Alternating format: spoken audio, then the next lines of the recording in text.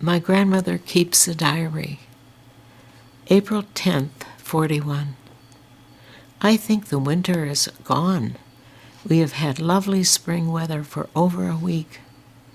I saw a robin today. April 11th, 41. Good Friday, a beautiful day.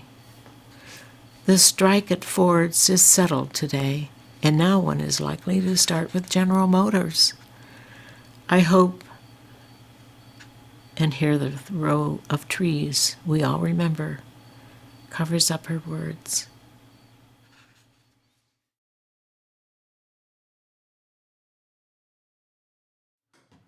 American Sunday. There they are in their first American garden, my mother and my grandmother, before rows and rows of roses and iris. Behind them, a picket fence, and behind that, a lined row of American garages, as though next there will be an American car to drive out in. We had this plate at St. Stephen Street, Ma. It had the same blue edge. No, Lil, we did not have this plate at St. Stephen Street. One very like then, Ma. Yes, Lil, one very like, but not this one that broke around us.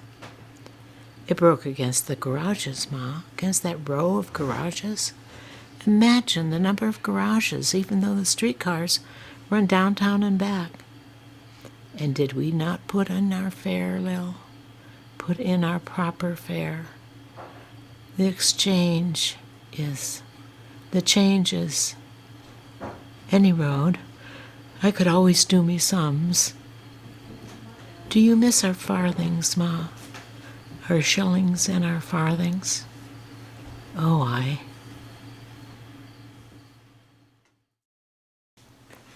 I call this poem These Small Wide Days, because my days in those years were small, but so wide and encompassed huge things.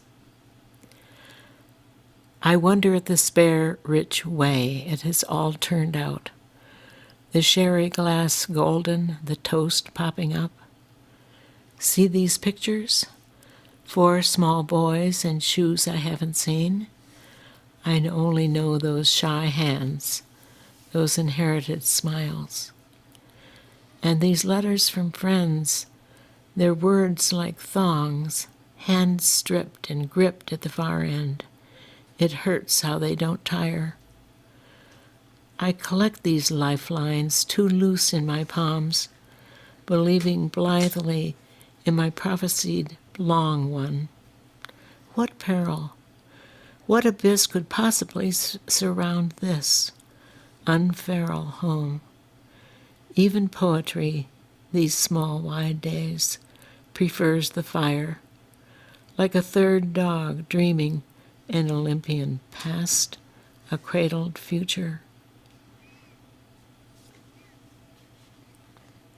Those 4 small boys included you. Daddies Talking. Daddies talking unions, talking wages, talking scared. Daddies talking Hoover, talking strikes, talking brave. Daddies talking bosses, talking Marx, talking shy. Daddies holding children on their laps. Daddies holding glasses of brown whiskey. Daddies holding white cigarettes. Daddies talking hydraulics, talking turbines, talking steam. Daddies talking dynamos, talking numbers, talking machines. Daddies with children on their laps. The children remember the cigarette and whiskey smell of daddies. The children remember the diesel oil and steely smell of daddies. The children remember the smell of shy, the smell of brave, the smell of hope of daddies. Just around the corner, there's a rainbow in the sky. So let's have another cup of coffee, and let's have another piece of pie.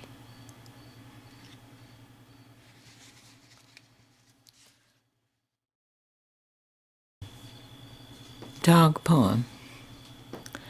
The ship of you, the deep of you, the wallow of you, the feathers of you, the silk of you, the tangles of you, the like of you, the love of you that die for me of you.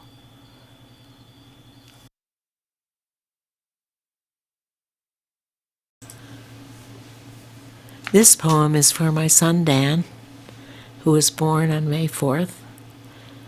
It is called Great Blue Heron, May 4th, 1996. 2 hours west of your birthday morning, my innocent black dog swims in my neighbor's pond, sends a great blue heron aloft. Its wings spread easy, blue and easy, against this bluest sky, a color like innocence, like your blue-eyed bicycling boyhood, like you in left field reaching lean and blue-winged for a white turning ball.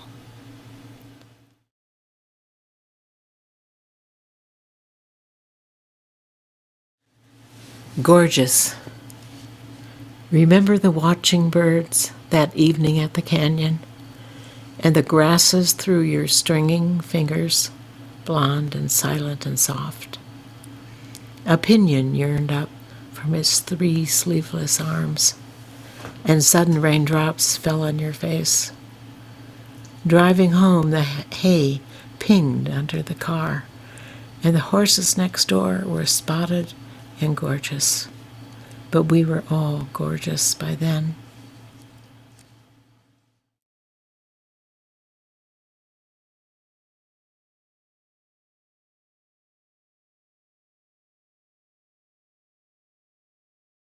Summer 1994. Evening at the blue tablecloth. The gentle tractor, the dog lying in the mint, the black mule, his face long as my leg, hollyhock like dark lipstick, its yellow tongues. One winter day my father waited at a bus station for me. He wore a second-hand coat, too large for him. This summer I dreamed of him. He wore that coat. In our Ohio town where neither of us lives, green trees cascade over white houses, and the lake is bright and big as an ocean. Across it, Canada, as always, a dark blue line. I take the dog to the creek. She wades upstream, lapping. Geese hurry headlong to the pond.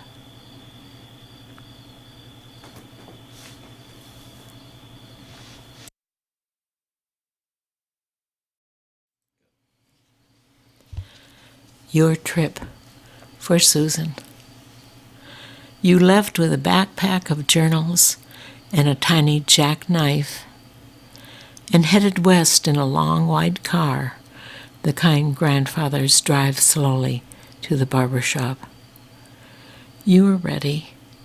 Hadn't you already gone round our block holding your brother's hand, crossed the street and looked both ways? You flew up from brownies to Girl Scouts and even jumped backwards into our blue community pool. Departure was in the cards. Parturition, parting. Dear girl partner, I parted the air for you, trying to barely touch your sleeve. A participant in my own loss, your trip.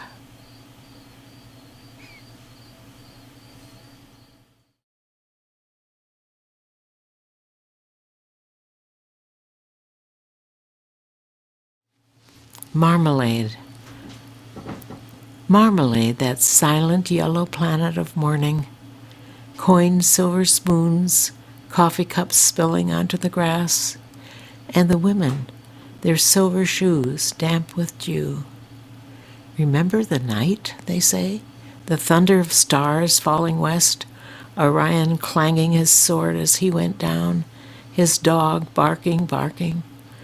We're glad of morning, they say, the heavy galaxy curtained away with light. They think of their shoes under their beds, of breakfast on the lawn, of cups quietly spilling onto the grass, of spoons of coined silver and marmalade, that yellow, silent planet of morning.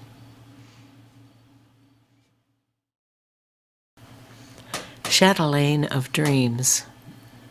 Your purple sleeve is made of the fine weaved bag the carrots came in. Stolid in your matching apron, you seem planted at the door of night, and eat of day beds and even of bus seats as the canyon goes by below. Oh, that broke my dream, for it took place in a ruined fined building in just such a canyon.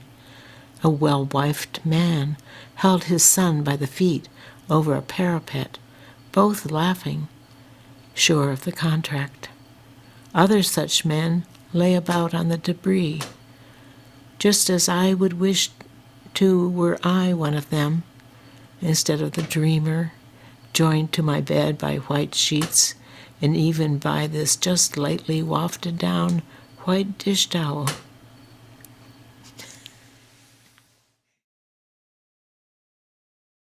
What I did on my birthday. Fed the cat, noticed contentment drift about her ankle height. Fed the dog, noticed contentment rise knee-high. Brewed coffee, opened my black notebook at its black ribbon, wrote it all down. Raked the yard, thought of all the women raking with me, raining the out-of-doors, noticed tidiness, rain, rain. Listened to Chet Baker sing My Funny Valentine, my favorite song except for What Are You Doing New Year's? Remembered that I didn't do anything New Year's. Made a Manhattan, opened my black book at its black ribbon, wrote it all down.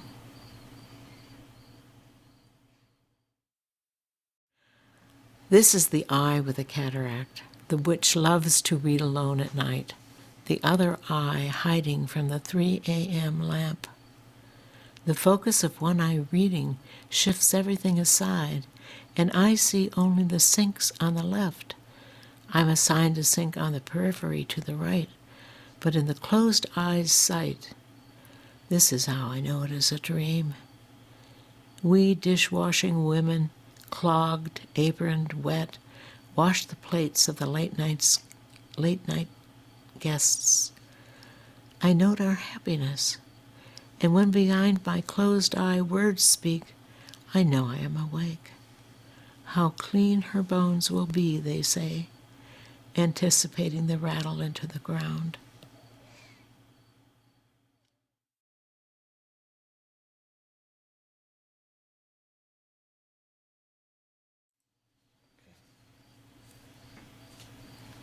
After work, or Tom waits in the L2 bus.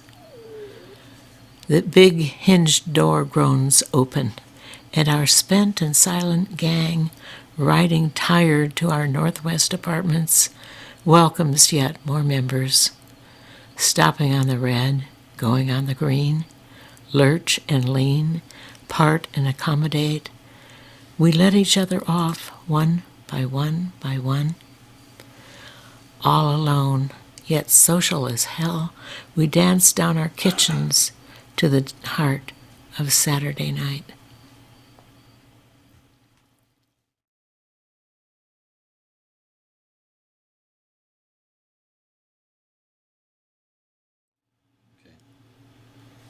Virginia Creek. This poem is about a creek on the western slope of Colorado, and oddly enough, it's named after my own sister. Here is the poem. Everywhere I go to you, you come to me, rushing. There, narrowing between the hips of rocks that you in forgotten time carved, you come to me, rushing. Or up, where snow still shivers, you, the adventurous sister, come to me rushing. I call another sister by your name, and remember her orange hair, how pinkly and dimply she bicycled, how blue its adopted her eyes, how I too in forgotten time made my way through stone.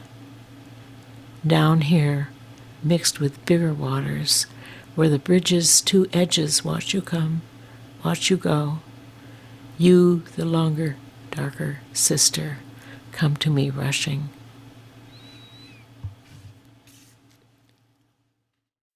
He lived there. He was always there. And he had explored all these farms, and he knew the whole outside, like the back of his hand. He knew the woods. He knew every tree. And some of these places were sold off to builders, these old farms.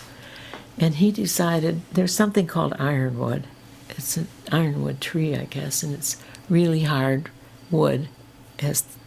And he decided he had to save the ironwood. So he would just take his tractor back there, you know, after nobody was there anymore, and cut it down because it was just going to be thrown out. So I wrote this poem about him, how he changed to be Ironwood. You know, he was real tough, and, suffered no insults kind of guy. So I think I want to read Ironwood. Ironwood. Now, where the apples were, and orchard grass, and cornflowers, are big houses with weedless decor. Only the ironwood was saved, trucked home, salvaged in the shed for later hewing. Walking sticks, hammer handles, wherever a fluted, crooked, strong, bent thing is needed. Skin cleaving like leather to its wood, the rescued coming to resemble the rescuer.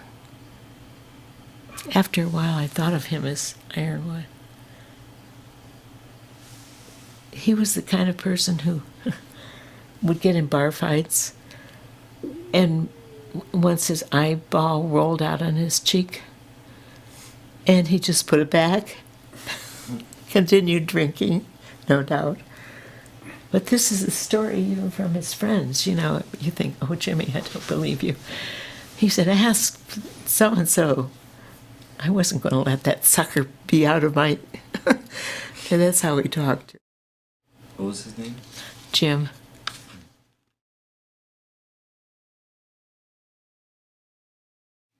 Orion's belt. This is me. This is my bed. This is my little house all in darkness. Those are the 3 stars of Orion's belt. That is the snow. And this is all there is. I must remember how this is all there is. How snow will never be whiter than this snow. And how if tomorrow is all scattered all over with rubies, it will never be as red as this snow is white.